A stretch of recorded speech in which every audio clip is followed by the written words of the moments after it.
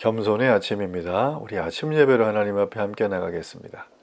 오늘은 빌립보서 2장 12절에서 18절까지의 말씀을 우리 화면을 보며 함께 읽으시면서 하나님 말씀을 나누겠습니다. 그러므로 나의 사랑하는 자들아, 너희가 나 있을 때뿐 아니라 더욱 지금 나 없을 때에도 항상 복종하여 두렵고 떨림으로 너희 구원을 이루라. 너희 안에서 행하시는 이는 하나님이시니 자기의 기쁘신 뜻을 위하여 너희에게 소원을 두고 행하게 하시나니 모든 일을 원망과 시비가 없이 하라. 이는 너희가 흠이 없고 순전하여 어그러지고 거스르는 세대 가운데서 하나님의 흠없는 자녀로 세상에서 그들 가운데 빛들로 나타내며 생명의 말씀을 밝혀 나의 다름질이 헛되지 아니하고 수고도 헛되지 아니하므로 그리스도의 날에 내가 자랑할 것이 있게 하려 함이라. 만일 너희 믿음의 재물과 섬김 위에 내가 나를 전제로 드릴지라도 나는 기뻐하고 너희 무리와 함께 기뻐하리니 이와 같이 너희도 기뻐하고 나와 함께 기뻐하라. 성경에는 많이 오해되는 말씀들이 몇 군데 있는데 그 중에 대표적으로 오늘 읽었던 말씀 중에 있습니다. 12절에 보면 이 두렵고 떨림으로 너희 구원을 이루라 이런 말이 있어요. 제가 처음 아주 햇 믿음, 햇병아리 믿음일 때 정말 이 말씀을 보다가 도대체 이해가 안 됐어요. 아니 분명히 구원은 하나님의 선물이고 우리 이신칭이 믿음으로 말미암아 구원받는다고 했는데 아니 이거는 뭐야? 내가 열심히 해야지만 나중에 뭐 죽어봐야 구원받는지 안 받는지 아는 건가? 내가 죽어봐야 천국 가는지 안 가는지 아는 건가? 뭐 이런 생각이 제가 들었던 거죠. 자, 여러분, 그런데 제가 이제 나중에 성경을 연구하면서 알게 된 건, 자, 이 본문은 그게 아니라는 거예요. 두렵고 떨림으로 너희 구원을 이루라. 여러분, 이거는 두 개의 합성어인데요. 뭐뭐에 따라 일하다. 이거예요. 자, 이걸 정리하자면, 뭐뭐에 따라 합당하게 일하라. 라는 겁니다. 이걸 좀 더 요즘 말로 표현해 볼게요. 매 순간 구원에 걸맞게 행동하라. 이런 얘기예요. 자, 이거는 구원의 시제를 말하는 게 아니죠. 이미 구원은 하나님이 선물로 허락하신 거예요.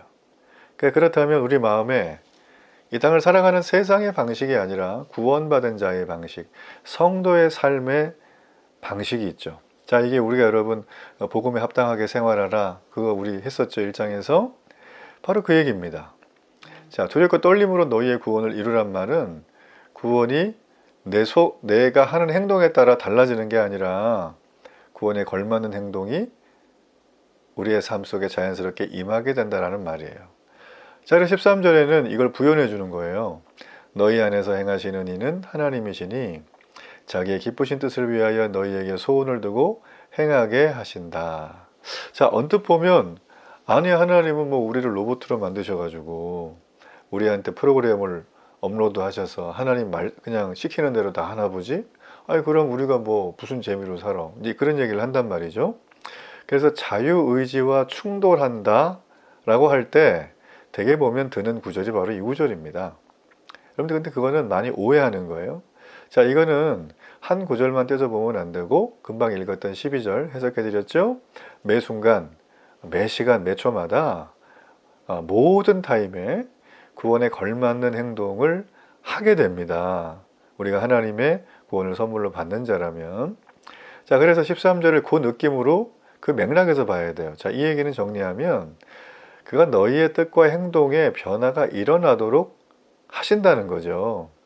즉 하나님이 원래 계획한 걸 막 집어넣고 우리에게만 어거지로 가는 게 아니라 하나님은 우리의 실수를 통해서도 우리의 넘어짐을 통해서도 우리의 순종함을 통해서도 우리의 충성을 통해서도 어떤 상황에도 하나님은 전능자시라 그분의 뜻과 행동을 우리에게 삶을 순종해가며 적용하며 할 수 있도록 이끄신다는 거예요.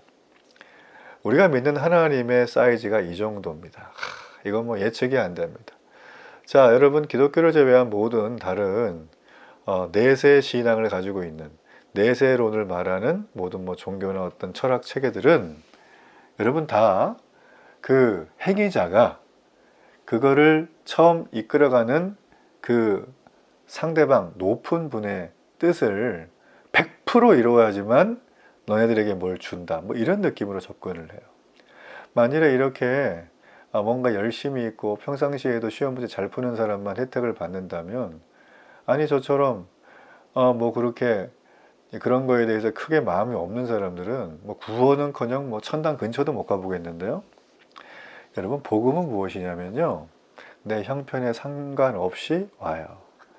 복음이 무엇이냐면, 내가 기대하고 내가 원하는 게 이루어지지 않더라도, 혹은 이루어지더라도 그거에 상관없이 하나님의 자녀로 살아갈 수 있는 삶의 스탠스를 말하는 거죠. 여러분, 그런 사람에게 평안이 주어지는 것입니다. 어떤 사람들은 자기 자신을 막 들들 볶아요. 어떤 사람은 이제 뭐 인생 반평생 살았는데 이제 남은 인생 자기가 지금 누리는 거를 더 잘 누리고 싶어서 아주 안달복달을 해요. 막 이것저것 그냥 막, 그러다가 이제 에너지 떨어지고 고갈되면 그냥 혼자 방구석에 처박혀가지고, 죄송해요, 이런 말씀은 안 되죠. 처박힌다?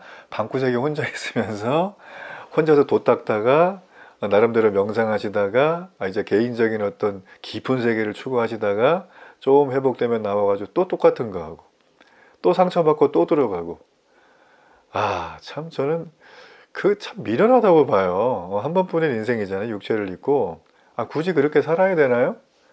아니, 마음에 양심의 가책이 없으면 되죠. 차라리 저는 양심의 가책이 없는 삶을 살려고 추구할 것 같아요. 그럴 필요 없이. 뭐 나한테 힘들게 하는 사람들 정말 뭐 어떻게 할까요? 그의 인생 가운데 굉장히 막 가로막히는 걸 내가 막 던져주고, 장애물을 던져주고, 난 별로 양심의 가책을 안 받고 내 마음대로 산다면 그런 거 안 해도 되죠.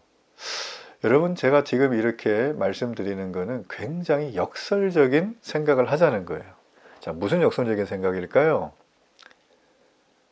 세상에서 우리가 나름대로 삶의 동기부여를 받고 살아가는 그 모든 것들, 뭐 가지고 있는 소유물, 내 뭐 나이와 신체 건강, 앞날의 어떤 창창한 전도 유명한 어떤 차세대 유망주, 아니면 지금 내 인생에 다 갔기 때문에 이제는 뭐 그냥 될 대로 되라. 뭐 여러분, 이 모든 것들 있죠? 해 아래 새 것이 없다고요? 그거 해본들 우리에게는 평안함과 만족이 오지를 않아요. 우리가 구할 수 있는 평안함과 만족은 이 땅의 그 어떤 피조된 것들, 눈에 보이는 것들, 보이지 않는 그 모든 걸 포함해서 얻을 방법이 전혀 없습니다. 어떤 걸 의지하더라도. 여러분, 그런데 하나님은 우리에게 수고하고 무거운 짐진 자들아 다 내게로 오라, 내가 너희를 쉬게 하겠다고 애초에 우리에게 메시지를 주셨어요. 예수님을 믿는다는 건 바로 이 메시지를 내가 이해가 되든 안 되든, 경험을 해보든 해보지 않았든 지금 현재 상황과 상관없이 이해하고 내가 받아들이겠다고 결단하는 거예요. 반응이죠, 반응. 그러니까 이 반응을 하는 것입니다. 자, 12절과 13절은 바로 그런 사람들에게 해당되는 거예요. 그래서 교회를 다니지만 명목상의 그리스도인들 계세요. 날마다 이 개인적인 영성을 추구하면서 뭐 나는 나름대로 마음 편해야 되니까 뭐 남들하고 관계 안 하고 괜히 말 섞으면 피곤하고 뭐 이것도 하라 그러고 막 이 사람도 섬기라 그러고 막 피곤하니까 난 그냥 조용히 교회만 다니고, 그냥 난 조용히 그냥 혼자 성경 보고 조용히 기도하고 조용히 그냥 마음 다스리고 살래요. 아니요, 그거는 샤머니즘이에요. 한마디로 말하면. 여러분, 사도신경이라고 하는 건 신앙 고백이죠? 거기에 보면 거룩한 개인의 영성과 이런 말 나오나요? 안 나와요. 오히려 거룩한 공교회와, 이 얘기는 뭘까요? 유니버셜 처치를 말하는 거죠. 그러니까 신앙은 퍼블릭한 거예요. 굉장히 공적인 거예요. 공적이란 말은 남들이 나의 삶을 봐야 되고 내가 노출해야 되는 거예요. 함께 해야 되는 거예요, 거기에. 그래서 나의 죄됨을 발견하고 나의 미성숙함을 질타하며 예수님의 겸손을 바라보며 세워져 나가는 게 신앙생활이거든요. 이걸 비껴가서는 여러분 평안은 절대 오지 않아요. 그래서 교회 와가지고 이 명목상에 자기가 성도인지도 모르죠. 뭐 그냥 자기가 원하는 것만 막 얻으려는 분들이 있는데 너무 제가 안타까워요. 그걸 보고 있으면.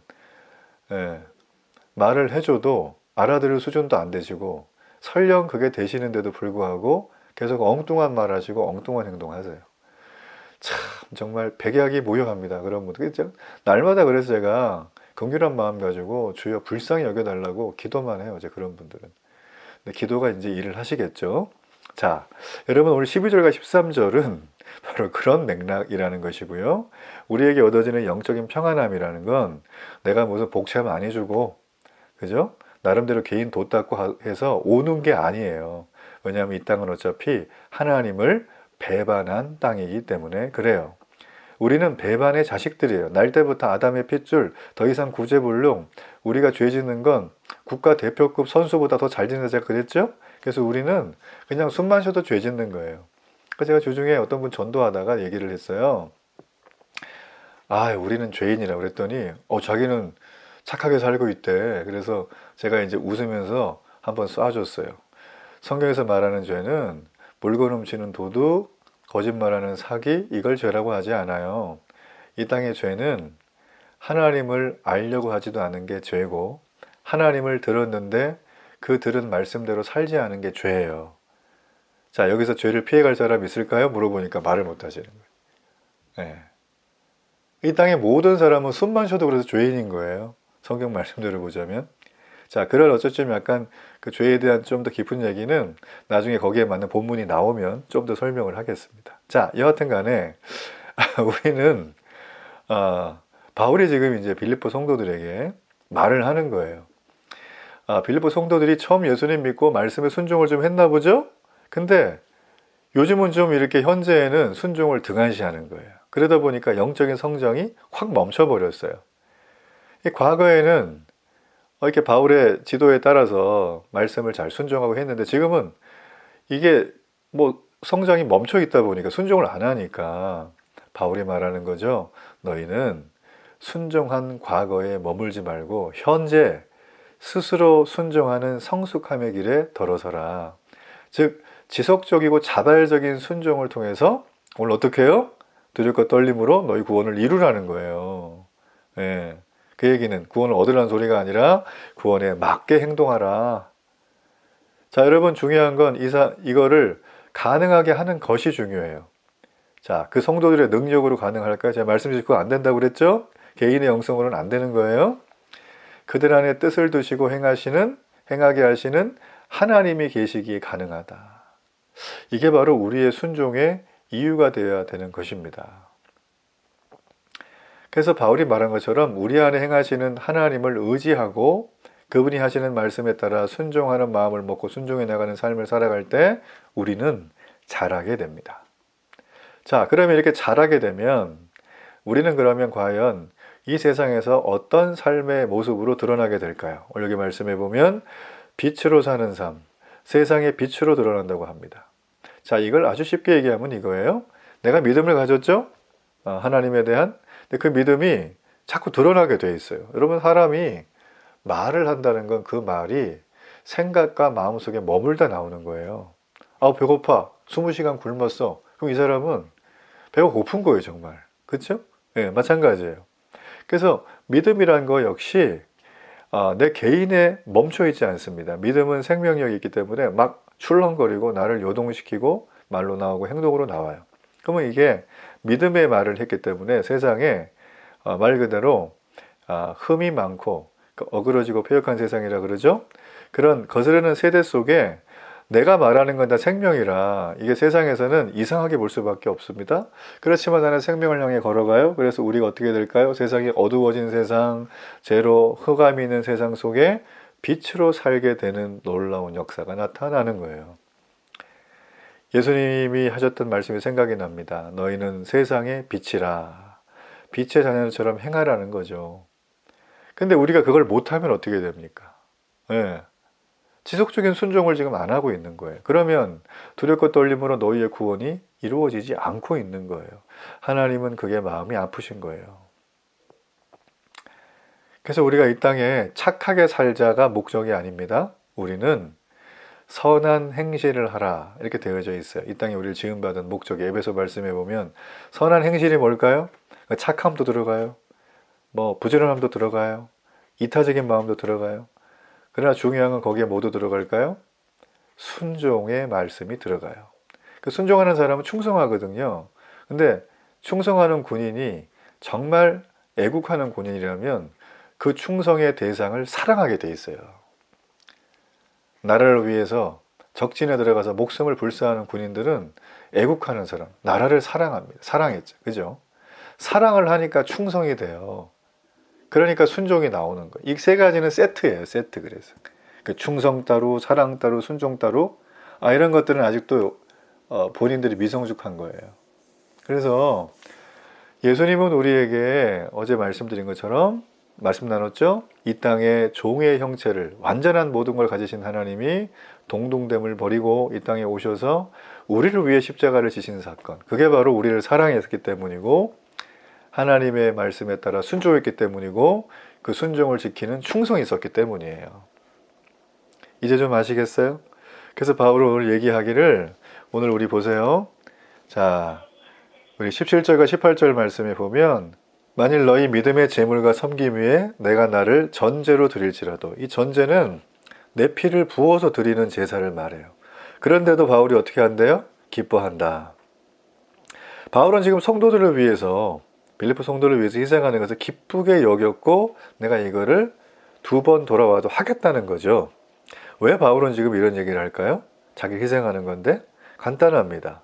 이를 통해서 세상이 결코 이해할 수 없는 하나님이 주시는 기쁨을 누릴 수 있기 때문이에요.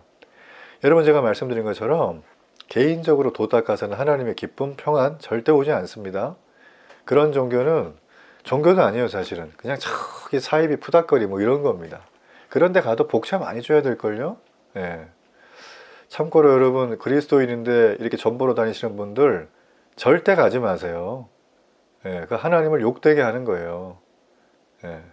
여러분이 갔는데 점괘가 안 나온다? 그럼 또 모르겠어요. 근데 여러분이 가도 점괘 잘 나온다? 여러분 신앙 점검해 보셔야 돼요. 자, 여러분, 그래서 결론적으로 말씀을 드리자면 우리는 이 땅에서 이 기쁨을 경험한 사람이에요. 바울처럼. 그래서 희생을 할 수가 있어요. 성도를 섬길 각오가 돼 있어요. 그리고 이걸 자신의 기쁨으로 여겨요. 우리의 신앙의 성숙은 여기까지 가야 되는 것입니다. 여러분, 그러므로 우리가 지금 하나님의 영광을 위해 산다면 내 이웃을, 우리 교회 안의 지체들을 섬기고 존중하고 함께하는 것을 머뭇거리지 마세요. 여러분의 시간을 드리고 물질을 쓰면서 작은 희생부터 한번 시작을 해보세요. 그러면 세상이 줄 수 없는 큰 기쁨을 여러분이 얻게 될 것입니다. 저는 그런 은혜가 있기를 간절히 바랍니다. 우리 결단의 기도를 드리겠습니다. 살아계신 하나님, 오늘도 우리에게 두렵고 떨림으로 구원을 이루라고 말씀하십니다. 구원에 걸맞는 행동을 하라. 오늘도 하나님 그 말씀을 마음에 부여잡고 바울이 성도들을 위하여서 원망과 시비 없이 그들에게 희생하는 기쁨을 드린 그 기쁨처럼 나도 오늘도 그렇게 살아갈 수 있도록 은혜를 베풀어 주옵소서. 예수님의 이름으로 기도합니다. 아멘.